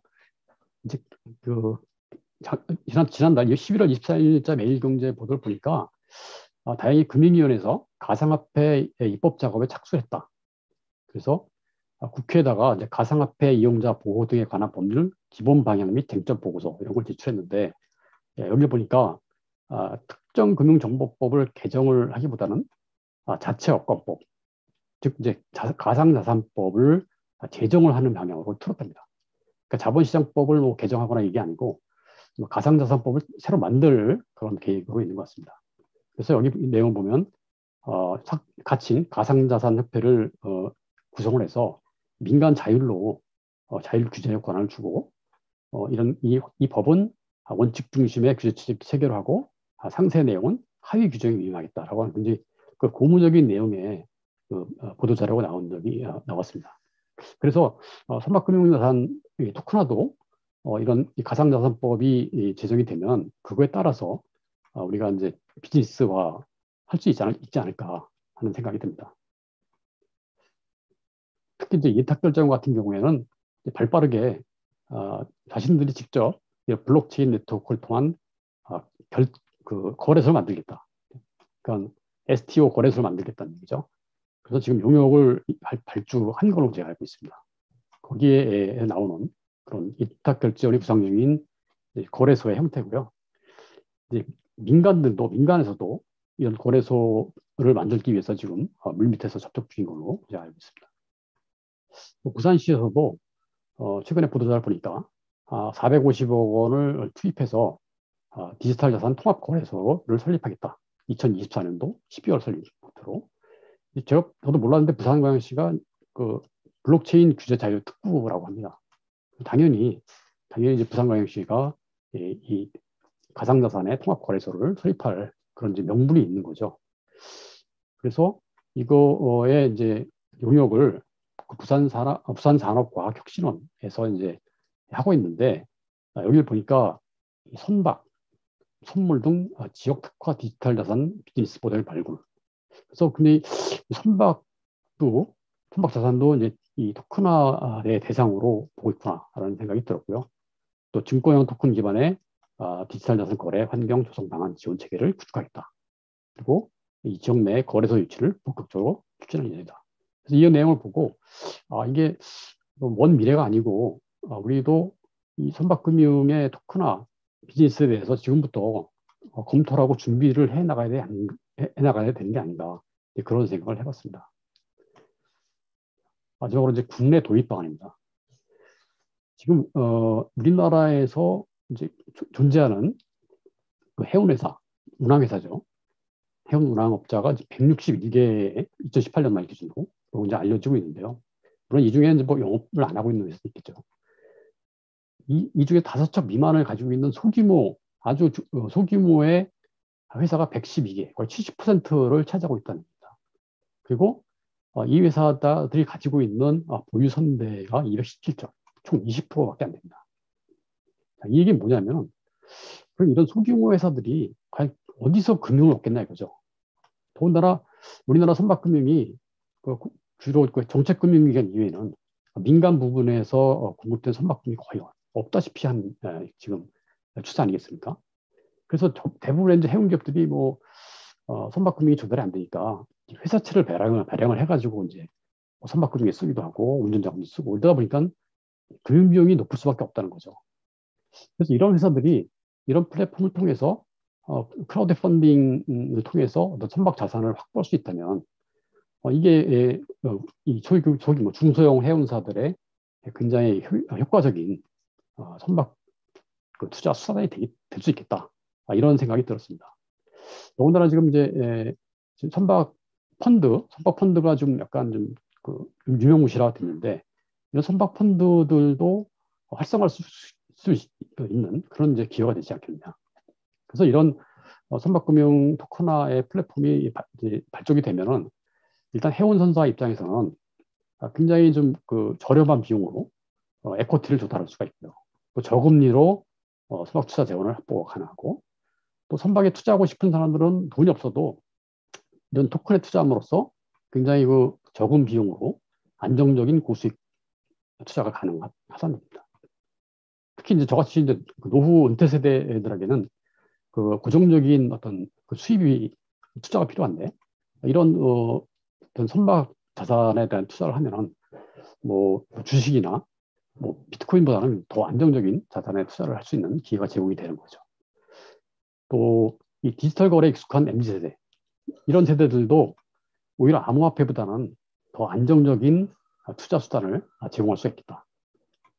또 세 번째로 금융기관의 입장에서 보면 이 선박 투자를 꺼리는 이유가 이 장기성입니다. 한번 들어가면 거의 5년, 10년 묵히거든요. 근데 이거를 토큰화해서 빨리 빠져나올 수 있는 엑시 수단을 제공한다 그러면 이 초기 투자를 활발하게 하지 않겠느냐. 그래서 효과적인 엑시 수단을 제공할 수가 있고, 또 이제 선박 펀드가 조성이 안 돼서 애로를 겪고 있는 선박 운용회사에게도 또 새로운 먹거리 창출 기회를 줄 수 있지 않겠느냐라는 이제 생각을 해봤고요.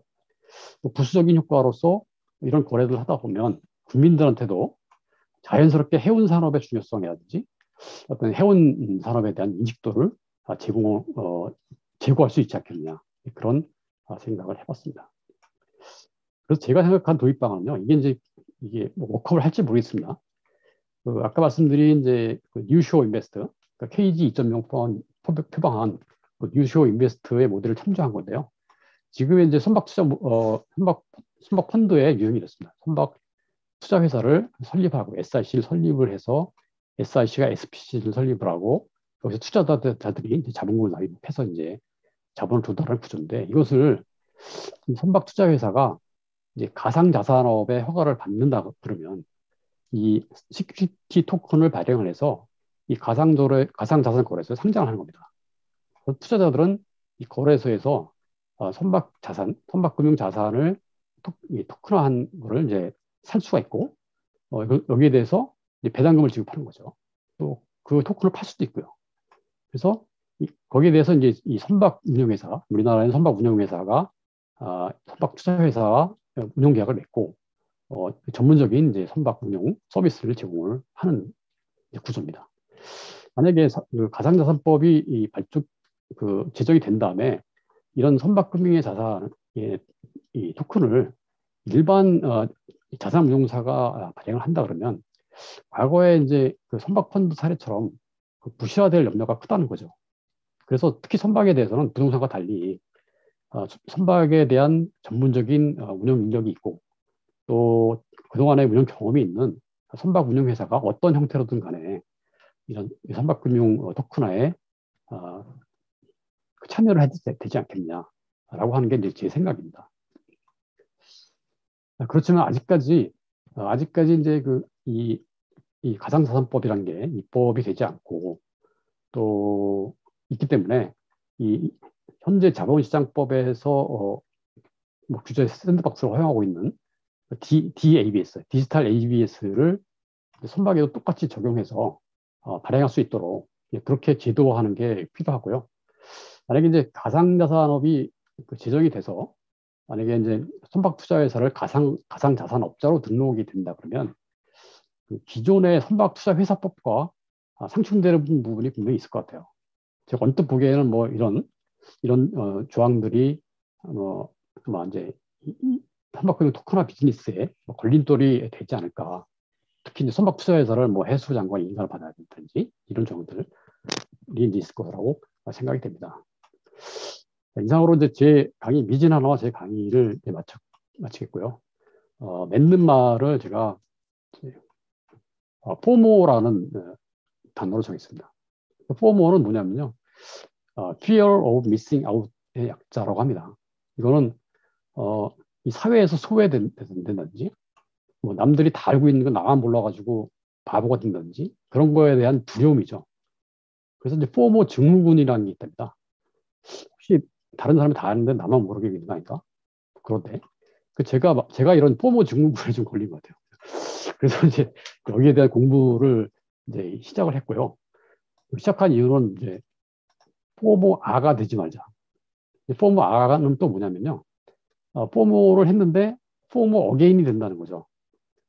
옛날에는 이제 비트코인을 몰라서 제가 돈 못 벌었는데 이제 이 증권형 토큰 비즈니스를 몰라서 또 소외되는 그런 일을 겪으면 안 되겠다. 그래서 포모아가 되지는 말자라고 하는 게 이제 제 생각입니다. 이상으로 제 발표를 마치겠고요. 이 다른 부족한 부분들은 이 세 분의 토론자님들께서 채워주실 것으로 기대를 하고 이상 부족하나마 제 발표를 마치겠습니다. 경청해 주셔서 감사합니다.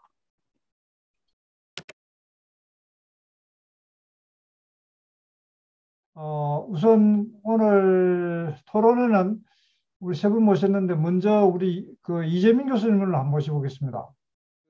우리 강병태 교수님 발표 상당히 자세하게 그리고 뭐 토큰과 관련된 기초 지식에 대해서 많이 말씀을 해주셔서 상당히 도움이 됐습니다. 제가 말씀드리고자 하는 거는 이제 선박금융과 관련해서 조금 이제 뭐 보완이라고 그럴까, 뭐 그런 부분만 좀 간단히 말씀드리려고 하는데요.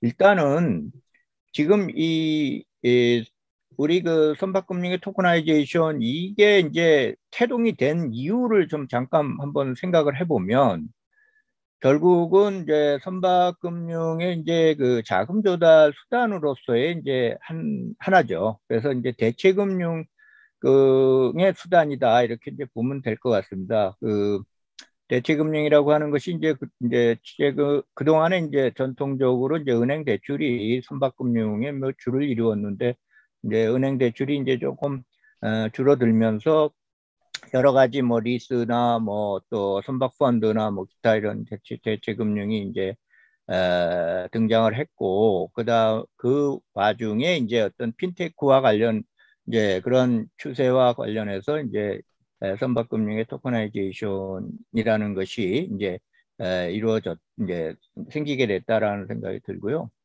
그런데 아까 앞에서 말씀드렸지만 시작은 뭐 2018년에 뭐 그 shipowner.io 뭐 거기서부터 했다라고 하고 하는데, 보면 저도 이렇게 관심이 있어서 자료들 이렇게 찾아보고 그러고 보면 사례가 많지는 않아요. 그만큼 아직은 활발하지 않다 이런 생각이 듭니다.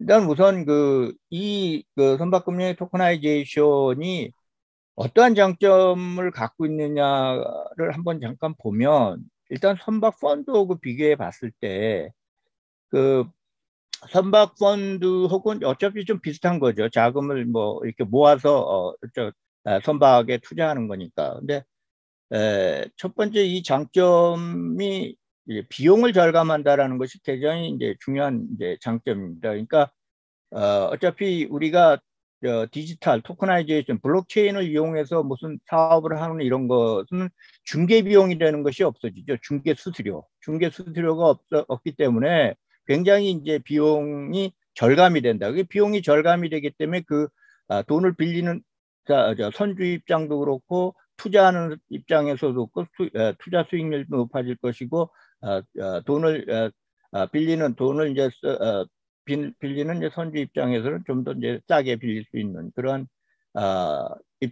그런 장점이 있는 거죠. 그 다음에 이제 이 토커나이제이션의 이제 또 하나의 장점은 굉장히 소액 투자가 가능하다라는 부분.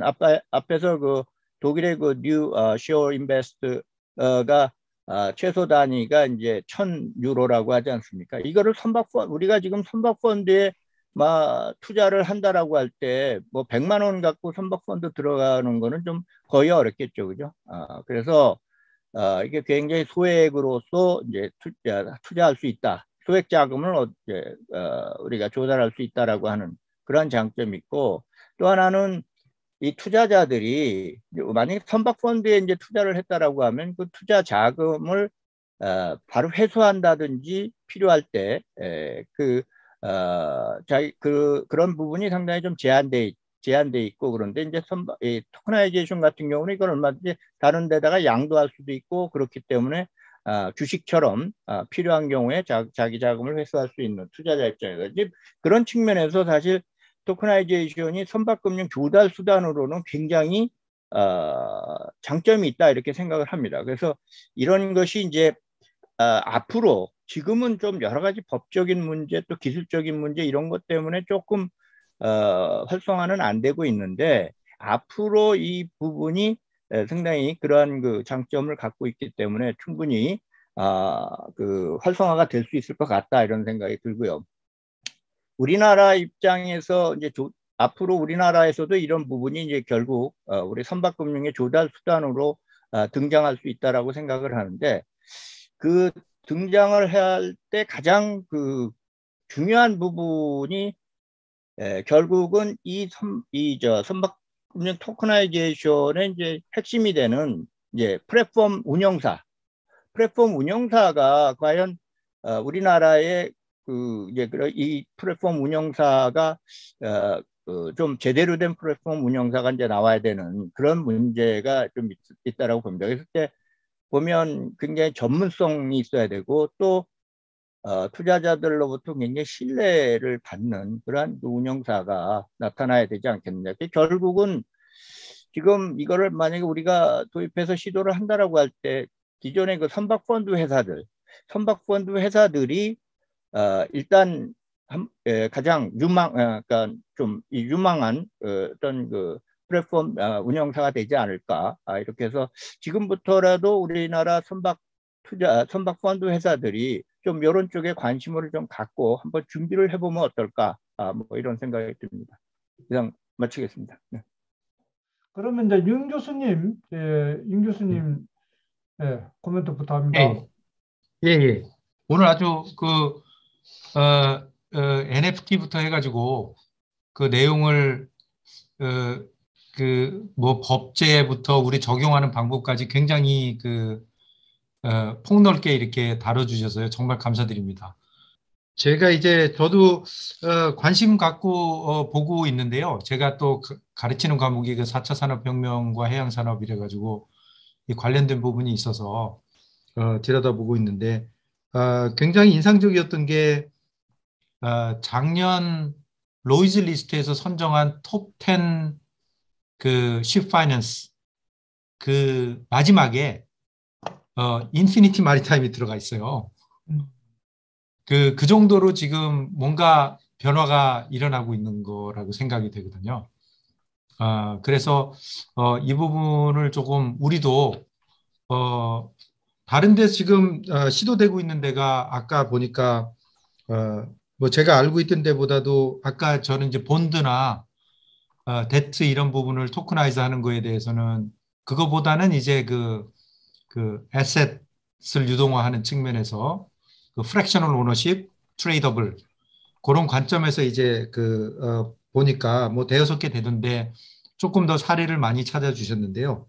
그래서 어쨌든 이런 식의 변화가 굉장히 여러 곳에서 시도가 되고 있는 것 같습니다.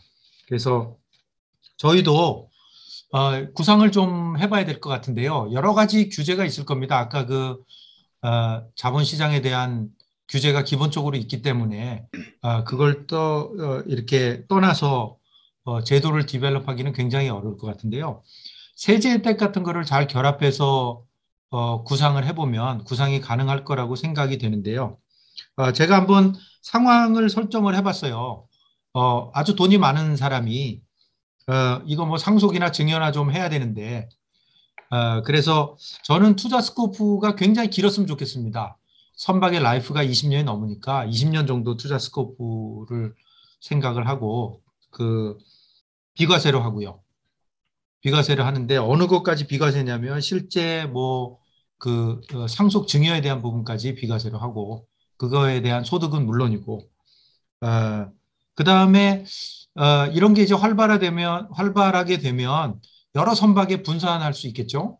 그래서 만약에 이제 50척, 100척 이렇게 되면 제가 100만 원씩 뭐 50척에 나눈다든지 이렇게 해서 분산이 가능할 거고요. 여기서 제일 관건이 되는 게 지금 이제 실물을 블록체인 상으로 거래할 때 항상 문제가 되는 게 뭐냐면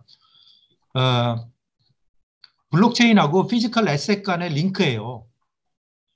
예를 들어서 이런 겁니다. 이 쇠고기가 블록체인망에서 어디서 생산돼서 오는 것까지 다 이제 확인이 되고 있어요. 하지만 그게 중간에서 피지컬리 바뀌어갖고 들어오는 거는 모르거든요. 그런 거 아닙니까? 그죠? 그것처럼 지금 이 선박자산이 이렇게 토큰화되고 에셋으로 이제 토큰이 이제 거래가 되는데요. 블록체인망에서. 이거하고 어떤 오소리티가 이 블록체인 상에서 거래되는 토큰하고 실물자산 사이를 확실하게 연결을 시켜줘야 되거든요. 그게 저는 KOBC의 미래 역할이 아닐까 이런 생각이 듭니다. 그래서 그런 부분은 좀 공적인 역할로 해줄 수 있는 거 아닌가 하는 생각이 들고요. 그래서 만약에 20년 뒤에 원리금에 해당하는 거하고 그래서 이제 20년이라는 게 왜 중요하냐면 그 사이클 있지 않습니까? 그래서 낮은 사이클이 되더라도 걱정할 게 없어요. 낮은 사이클이라고 하더라도 결국은 장기적으로는 업앤다운이 있기 때문에 그게 이제 커버가 되는 거죠. 그래서 일종의 우리가 늘 선박금융 하면서 문제가 됐었던 시황 순행성을 해결하는 거하고도 조금 연계해서 이거를 디자인해 볼 수 있지 않을까 이런 생각을 했습니다. 예. 제 코멘트는 여기서 마치겠습니다. 감사합니다. 예, 이 교수님 감사합니다. 그러면은 이어서 우리 김도영 대리를 모시겠습니다. 안녕하십니까. 저는 캠코 선박 운용에 재직 중인 김도영이라고 합니다. 예, 저도 최근 블록체인 분야에 대해서 아주 관심이 많아서 여러 가지 공부를 하고 있고 또 알아가고 있는 중에 있습니다. 오늘 강명태 교수님 너무 상세한 자료를 발표해 주셔서 너무 잘 들었고요. 제가 생각하는 바는 이제 뭐 기존에 이제 선박 펀드가 이제 뭐 SPC로 이렇게 선박을 소유하고 이제 또 펀드를 만들어서 이제 뭐 수익을 분배하고 이런 형태로 진행되는데 뭐 이것을 이제 블록체인 상에서 하게 되더라도 선박의 소유는 SPC가 하고 이제 펀드를 만들어서 정말 이 선박에 대한 해박한 지식이 있는 전문 운용사가 이런 하나의 그 운영 플랫폼 형태로 이제 진화를 하게 된다면 뭐 여러 가지 이제 비용적인 측면에서도 이점이 있을 거고 자금을 조달하는 측면에서도 많은 이점이 있을 건데요.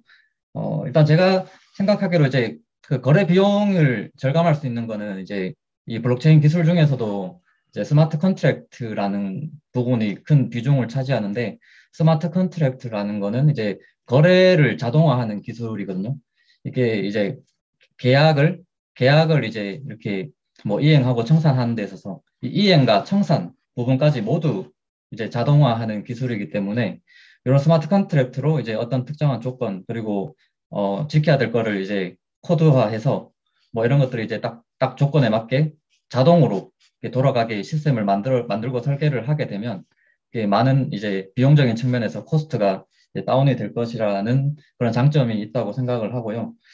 그리고 이제 토큰 형태가 제가 생각하기로 아주 좋은 이점은 이게 이제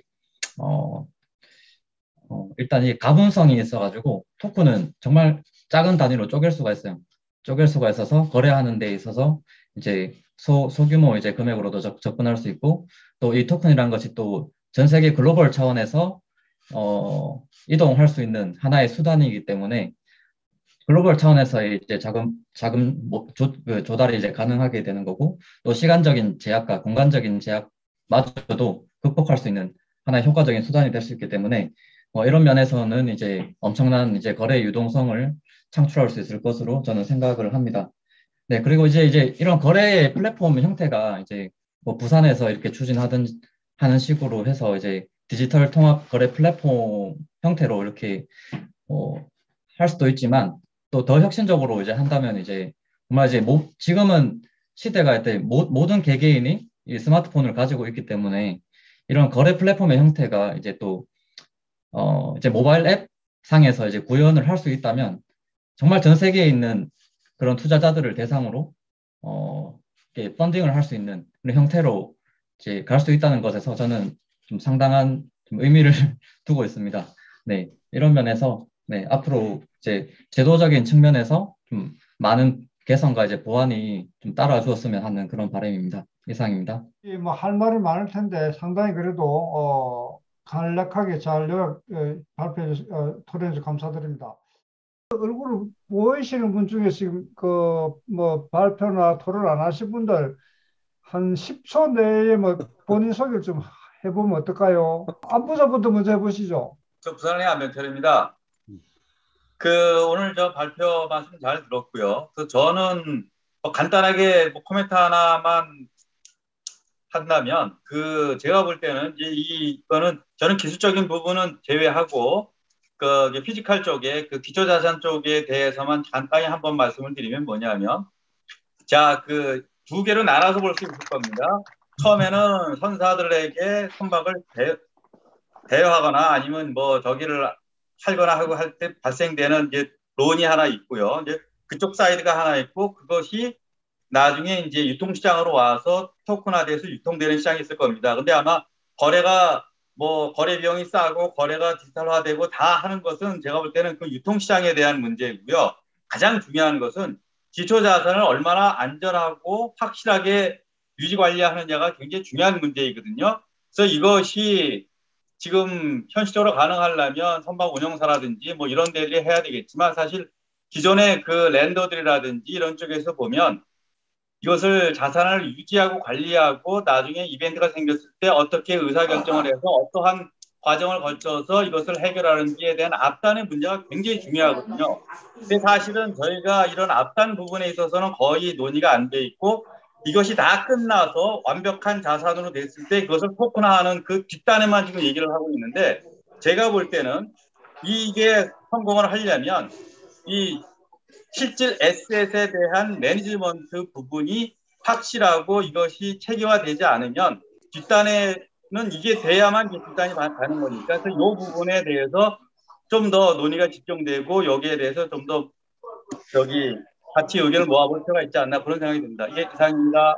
예, 우리 정우영 변호사님하고 우리 김종호 원장님 한번 말씀 들어보겠습니다.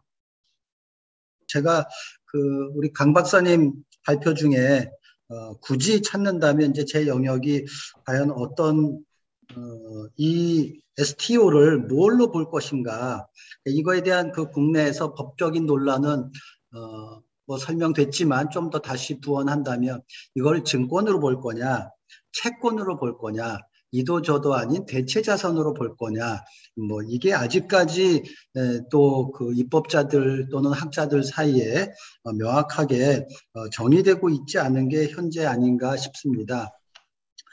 그게 뭐 현재 상황이고요.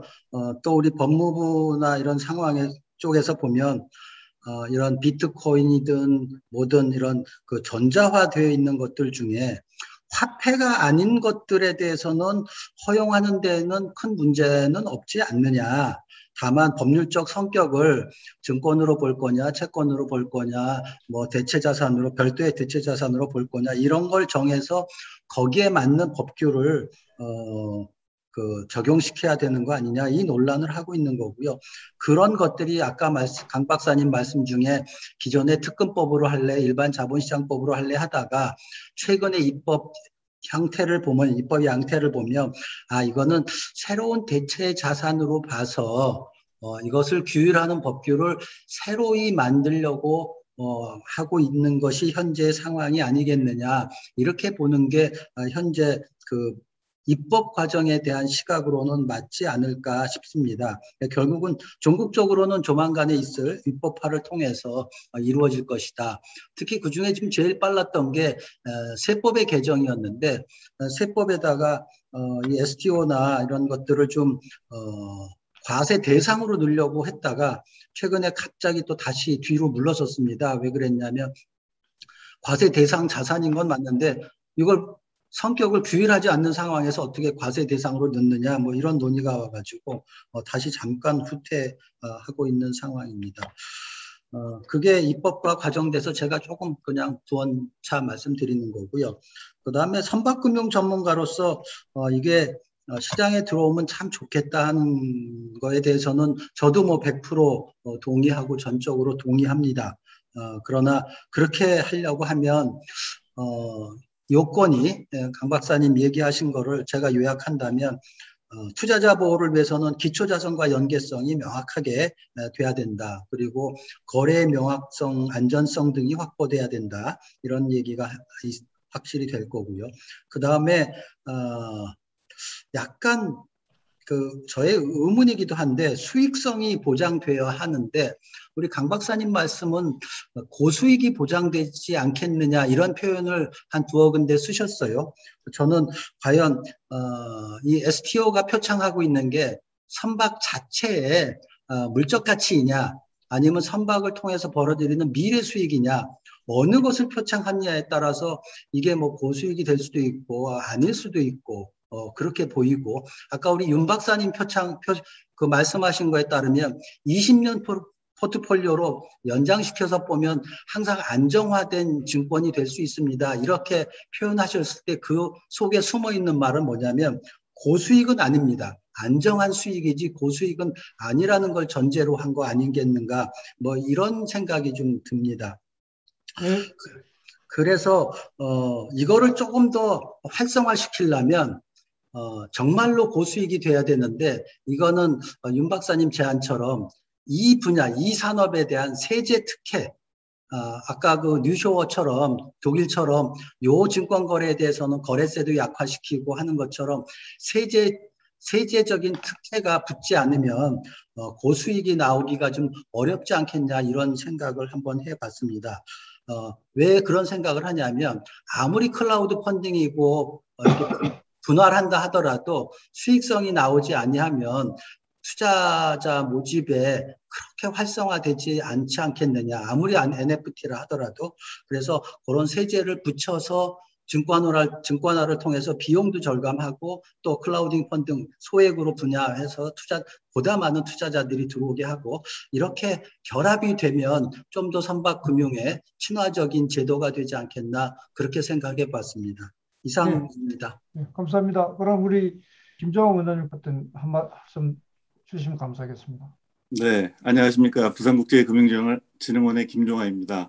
오늘 이광희 교수님께서 하고 계신 해양금융포럼에 이렇게 초대를 해줘서 감사드리고요. 그 다음에 첫 번째 모임을 선박금융 부분 토크나 통합과 동향과 국내 도입 방안 한 것은 매우 시적절한 것이라고 생각을 합니다.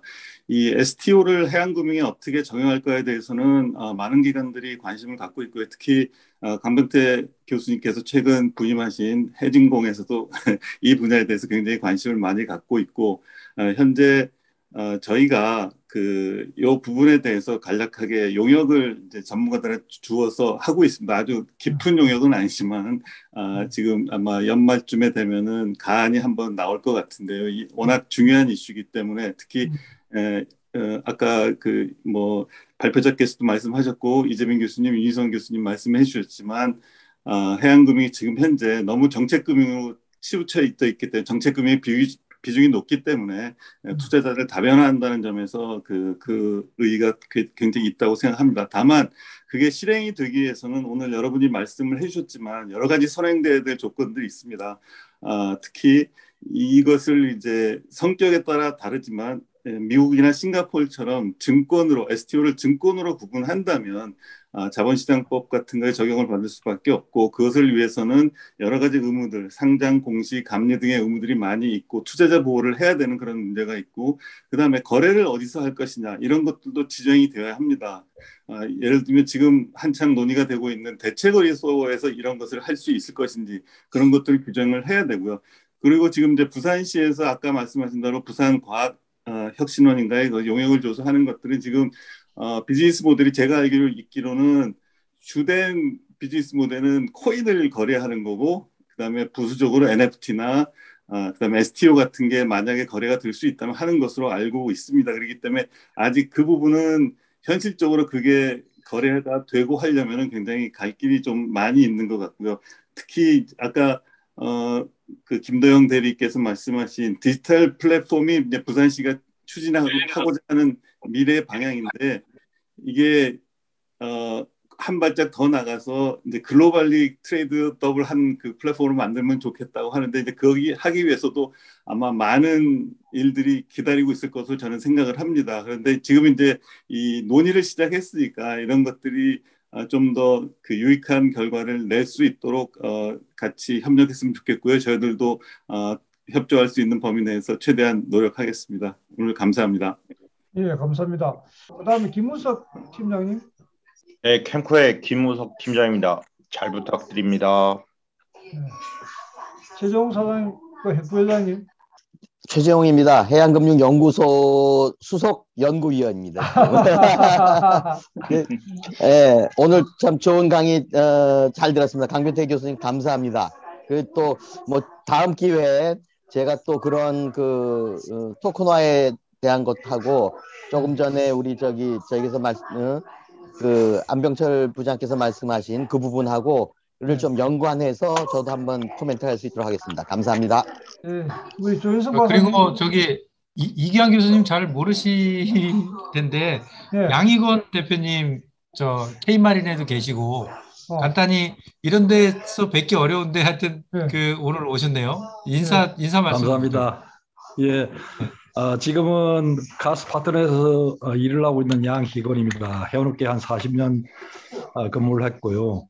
조금 전에 그 이기환 교수님께서 소개해 주셨던 싱가포르의 마리나 체인하고 저희들이 함께 지금 선박을 이용한 토큰 사업을 준비 중에 있습니다. 그래요? 오케이. 예, 강의 내용을 잘 들었고요. 예. 저희들이 이제 앞으로 이것도 참조를 해서 저희들이 상품을 앞으로 한국 시장에도 한번 소개를 머지않아서 할 예정입니다. 다음에 오늘 그 사례를 한번 가지고 발표해 주시면 좋겠습니다. 네, 그렇게 준비를 하고 있습니다. 다만 이제 오늘 강의 들은 내용하고 저희들이 준비하고 있는 것은 좀 개념이 조금 다릅니다. 저희들은 괜찮습니다. 실물 자산인 선박을 매개로 해서 예, 그야말로 토큰화하는 겁니다. 예, 알겠습니다. 비트코인처럼 예, 비트코인 그 자체를 투자를 하고 그 자체를 사고 팔고 할 수 있는 그런 개념으로 생각을 하고 있습니다. 예, 감사합니다. 반갑습니다. 그다음 우리 네, 안녕하십니까.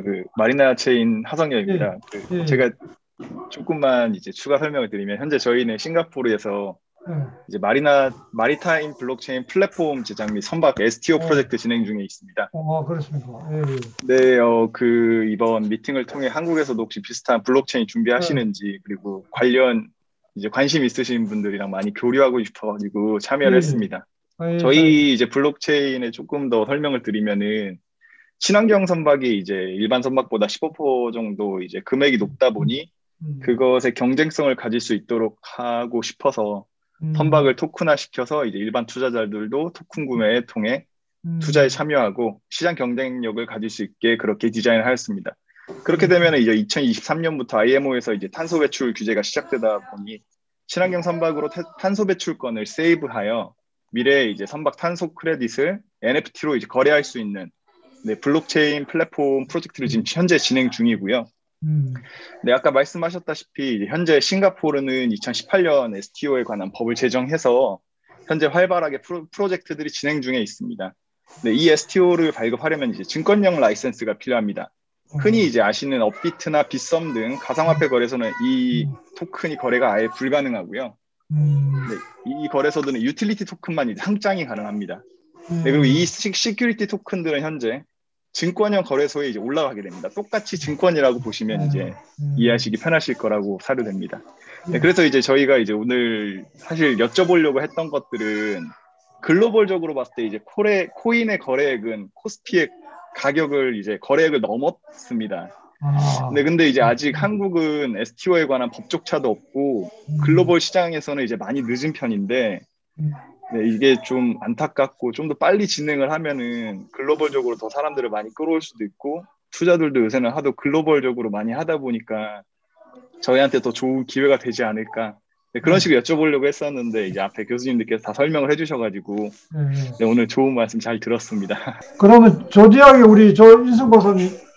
네, 반갑습니다. 네, 먼저 인사드리고요. 저는 선박 S&P 중개, 장기 용선 등 수익성 아까 많이 대두되고 있는 수익성에 관련된 사항들이 가장 큰 이슈라고 생각합니다. 오늘 많이 배웠고요. 가장 필요로 하는 게 제가 지금 작은 부분인데 지금 배를 쓰겠다고 또 수익을 창출하고 있는 그런 수요는 많은데 제가 이 선박들을 갖다 제시하지 못한 상황이 있다 보니까 오늘 이런 부분들이 활성화돼서 많은 그런 국부 창출에 기회가 될 수 있도록 우리나라가 빨리 분발해야 될 것 같습니다. 하여튼 재료는 많이 있습니다. 어쨌든 반갑고요. 계속 문의드리고 또 연락 올리도록 하겠습니다. 감사합니다. 예, 그러면 이동혁 부사장님. 네, 교수님, 저 1회 금융 포럼으로 이렇게 오늘 강 교수님 강의 잘 들었습니다. 저도 요즘 이 정책금융이 너무 선박금융 비중을 많이 차지해서 대체 방안이 필요한 중에 여러 가지를 고민하고 있는 중에 또 이런 이야기를 들어서 저한테도 많이 도움이 됐습니다. 오늘 이 내용을 토대로 해서 제가 생각하는 것들도 좀 반영을 해서 다음에 또 더 많은 대화가 있도록 그렇게 적극적으로 참석하도록 하겠습니다. 네, 반갑습니다. 감사합니다. 그다음 우리 김경환 교수님. 네, 반갑습니다. 너무 이렇게 좋은 기회를 주셔가지고 별로 생각하지 않았던 우리 토커나이제이션 관련해서 들었는데 또 우리나라가 이런 부분에 기술력이 좀 있으니까 잘 한다면 오히려 이런 선박 불명의 기회도 더 창출할 수 있지 않을까 싶습니다. 너무 감사히 발표 잘 들었습니다. 감사합니다. 감사합니다. 우리 박영훈 실장님. 예, 정책실장 박영훈입니다. 오늘 좋은 말씀 잘 들었고요. 여러분들 이렇게 말씀해 주셔서 많은 시사점을 얻은 것 같습니다. 특히 이제 우선 아직 우리 표준 규약이 마련되지 않은 상태에서 증권형이냐 또는 주식이냐 채권이냐 이게 선박 그 자체에 대한 소유권이냐 또는 이렇게 우리가 펀드에 대한 지분이냐 이런 것도 아직 명확히 안 된 상태에서 앞으로 그런 거에 대해서 많은 논의가 있어야 될 걸로 이렇게 생각이 되고요. 이렇게 할 때 우리 포럼이 같이 이제 그런 그 중지를 모아서 법적으로나 경제적으로 여러 가지 이제 그런 요건들을 우리가 만들어 나가고 그런 걸 우리가 이제 같이 그 뜻을 모아서 뭐 중앙 정부라든가 그런 입법기관이라든가 같이 이렇게 하는데 앞으로 많은 그 역할을 했으면 좋겠다 이런 생각을 했습니다. 반갑습니다. 예, 반갑습니다. 우리 주사옥 VS 인베스트먼트 부대표님. 네, 안녕하십니까. 저는 기술 투자 주로 하고 있는 VS 인베스트먼트 부대표 주상욱입니다. 반갑습니다. 초대해 주셔서 감사합니다. 예, 우리 SK의 이승철 본부장님. 네, 안녕하십니까. 저 이승철입니다. 지금 박사과정을 지금 하고 있고요. 여러분들 이렇게 만나서 반갑고 오늘 강 교수님 강의 정말 잘 들었습니다. 그리고 그 싱가포르 마리나 체인은 제가 이제 제가 초청을 했고요. 네네, 그냥 그쪽에 그런 일을 하고 있는 그 얘기를 들어서 제가 아는 분한테 링크를 보내드렸고, 그래서 이제 저분들이 참여를 하게 됐습니다. 그래서 저분들이 어느 정도까지 하고 계시는지는 잘은 몰랐지만 말씀하시는 거 보니까 오늘 이런 세미나가 서로 교류도 하고 진행되는 과정을 이해할 수 있는 상당히 좋은 기회가 됐던 것 같습니다. 앞으로도 뭐 이런 것들이 계속 잘 교류가 되면서 좋은 방향으로 갔으면 좋겠습니다. 감사합니다.